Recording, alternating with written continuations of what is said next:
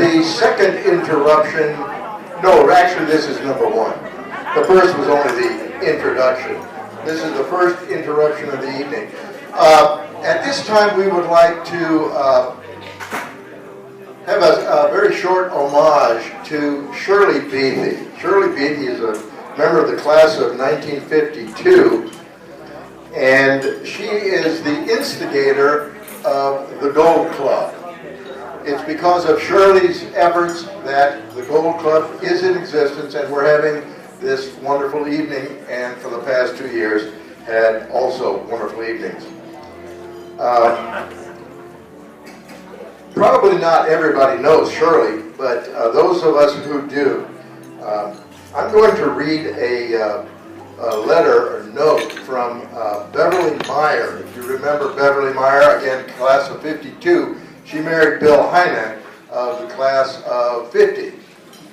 And they live up in Michigan, and they couldn't make it this evening, but Bev, being one of Shirley's best friends, wrote this very short homage. She said, here are my notes on Shirley that you can read at the Gold Club reunion. Thanks for filling in for me. Hope the reunion goes well and you have a good time and turnout. Shirley has been a close friend of mine since we were in high school. We roomed together at Valpo for 2 years, along with Pat Momey, the first year, and have been in touch ever since, even though we lived in different cities. What can I tell you about Shirley that you don't already know? In college, Shirley acquired the nickname Cheryl the Pearl, and she really has been a pearl, a special friend I can call anytime to talk to about anything and laugh a lot with. She is passionate about getting this Gold Club started, as she loves bringing people together. Another thing Shirley loves is dancing, especially the jitterbug.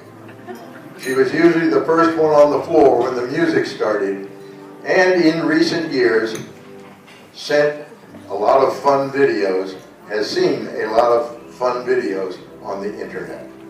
I know in her heart Shirley will keep on dancing. Bill and I send our love and pray for God's blessing to Shirley and her Bill. So for those of you who know Shirley, who gave us the Gold Club, and this evening we remember and value. Shirley was a classmate of ours in the class of 52, and we all know what a spark plug of life that Shirley is. So thank you, Shirley.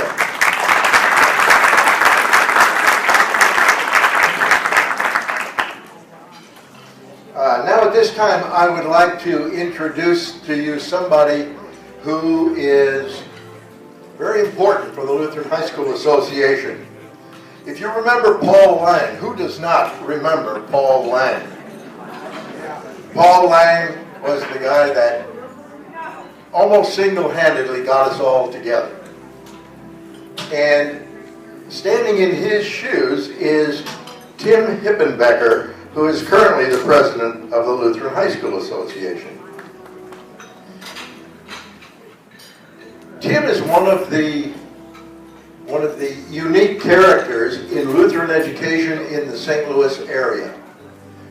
You know, in business, it's almost de rigueur to say that if a president or somebody at the top needs to be replaced, you go outside the organization and get somebody and bring them in to get new blood.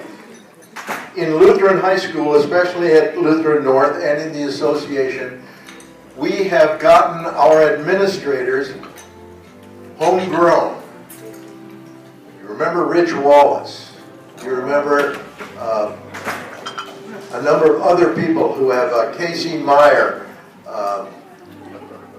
Ed Wrights, and now Tim Hippenbecker was principal at North and is now the association president. Well, Tim's first year, we had a football game at Salem, and it was an interesting evening because it was a playoff game.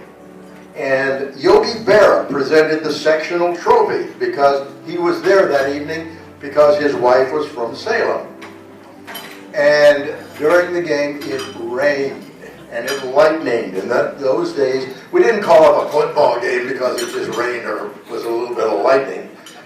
Even those of us who were taking the game pictures were up on a steel scaffolding next to a telephone pole, and we braved the elements. Good thing we didn't get fried. Well, Tim returned to St. Louis with me after the game. I had driven down, and he had gone down on the team bus. But we were all soaked to the skin, and so I said, well, Tim, come on back with me. We'll get back a lot earlier than the bus will. So we got in the car and headed home, and we were just chilled to the bone. So we decided to stop somewhere. I don't know whether it was a McDonald's or someplace like that to get a cup of hot coffee. And we went into to the place, got our coffee, and Tim suddenly got this stricken look on his face. He said, I can't find my keys. And so we drove back to St. Louis, and I let him off, and he stayed with one of the other teachers and slept on their couch. And he was still soaking wet. Well, if there's anything that Tim Hippenbecker is not, is all wet. So this evening he's going to give us the latest information that exists for the association here in St. Louis. And if you're afraid he's going to talk about money, he's not. So here's Tim Hippenbecker, president of the Lutheran High School Association. And Tim, here are your keys. You left them out in the lobby there. So. Thank you, Art. Thank you, Art. I thought I was one of the interruptions here this evening. That was a very nice, too much of an introduction here. Well, thank you very much for giving me the opportunity to be here this evening.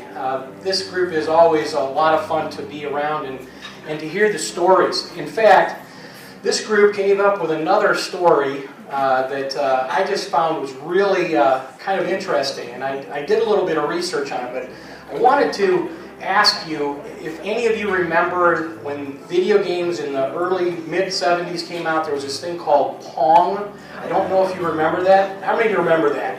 Okay, you saw it on your TV, and then you had a little dial, and it went boink. It took 3 seconds, and you hit it again, and it went back and forth. And video games today are overwhelmingly advanced. But I have I think the place that Pong was formed. I think that it came from some of you here at Lutheran High School. Now, Randy Shupan told this little story, and I had to do my research because I didn't know what and how, but it involves a golf ball, okay? Now, some of you rode the streetcars to Lake and Waterman at Lutheran High School, and what he told me is that he would take, I don't know if it was him, but would take a golf ball and peel off the outer edge of it. And by the way, I don't know how you did that. I had to go to great lengths to get this thing off. I took a Dremel saw to get this thing off around the court. But this is what is in the middle of a golf ball, and it's real bouncy. And he said that many times, okay, he would, or others, would be on the streetcar, and they would put this down the ground, and when the streetcar would come to a stop, it would roll all the way up to the front, bang off the front, and then the conductor would turn around, try to figure out where it was at and what that was, and then he'd do it again, and again, back and forth. So I think this may be where the original Pong was developed, on the streetcars going to Lutheran High School. So, interesting stories. I always get a lot of them from you, so thank you very much. I want to just share real briefly, as I know this is your evening, this is your time. So many wonderful things continue to happen at our high schools. God continues to bless us. This class of 2013, the most recent one, 210 graduates between Lutheran North and Lutheran South. Of those 210 graduates, 99% of them went on to college. And of that percentage, over $18 million worth of scholarships and grants was offered to these students, these 210 students. That is an amazing, amazing thing. Lots of things happening. Our school buildings now are over 50 years old in one case and nearing 50 in the other. And we are doing a lot of different things to give them upgrades.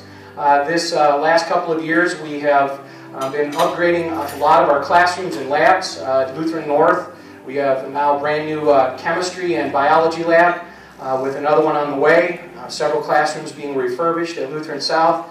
We put in a pre-engineering lab and some new things outside. We put in a new practice field and an artificial turf or a all-weather turf field outside as well, along with doing some other renovations inside.